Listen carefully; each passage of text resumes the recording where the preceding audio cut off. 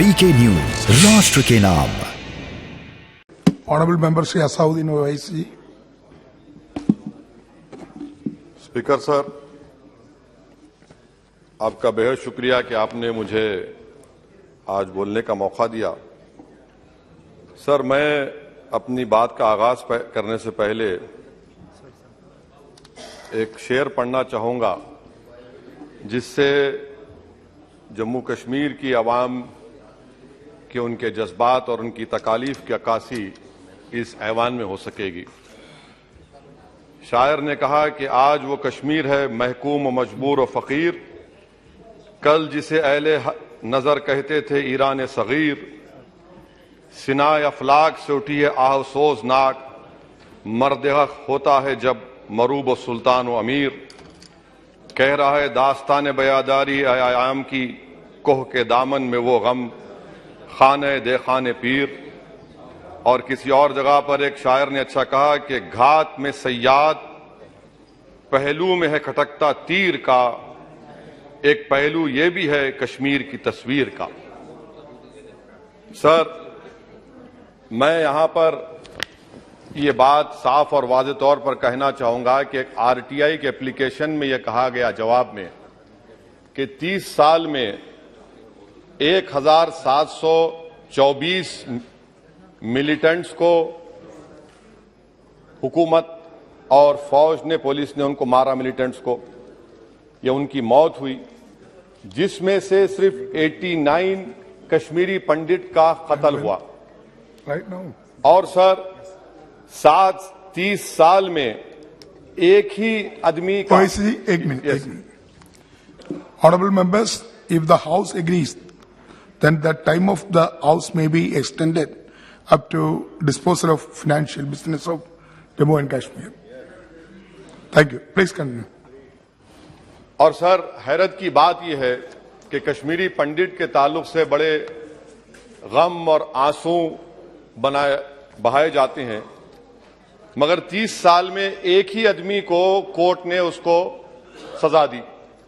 और विटनेस कौन था? कश्मीरी मुसलमान हरदनाथ वंचू के कत्ल के केस में। मैं सरकार से मुतालबा करता हूं कि एक आजादना कमीशन को फौरन बनाया जाए ताकि सच्चाई और हकीकत सामने आ जाए, दूध का दूध और पानी का पानी हो जाए। और हैरत अफसोस इस बात का है कि 1500 नॉन पंडित हिंदुओं का भी कत्ल हुआ मिलिटेंट्स की तरफ से, मगर उनके बारे में कोई आंसू नहीं बहाया जाता, उनके बारे में कोई पिक्चर नहीं बनती अपनी जेब गर्म करने के लिए। सर, दूसरी बात यह है कि जो बात यहां पर सरकार की तरफ से कही गई कि जो डिलिमिटेशन हुआ, असेंबली और पार्लिमानी हलकों की जो हदबंदी की गई, वो बड़ा ही साफ सुथरे तरीके से किया गया।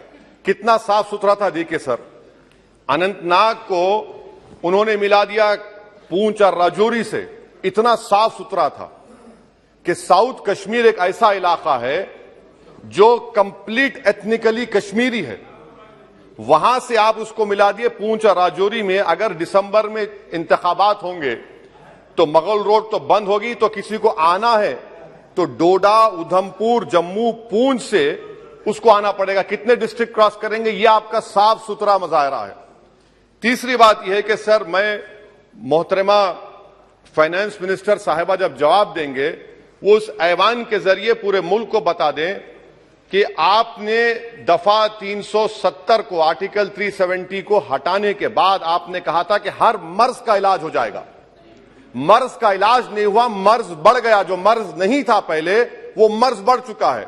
मैं आपके जरिए से मोहतरमा फाइनेंस मिनिस्टर साहिबा से जानना चाहूंगा कि इस ऐवान पर आप रख दें कि कितना एक पैसा इन्वेस्ट हुआ नहीं हुआ। एमओयू की बात मत करिए, कागजात तो बहुत निकलेंगे, मगर एमओयू नहीं बल्कि एक पैसा कितना आपने इन्वेस्ट कश्मीर में करवाया। दूसरी बात यह है सर, एक तरफ सरकार बोलती है हम प्राइवेटाइज करेंगे पूरे मुल्क में, एलआईसी और सब चीज, मगर यहां पर हॉर्टिकल्चर को पब्लिक सेक्टर अंडरटेकिंग बना दिया गया।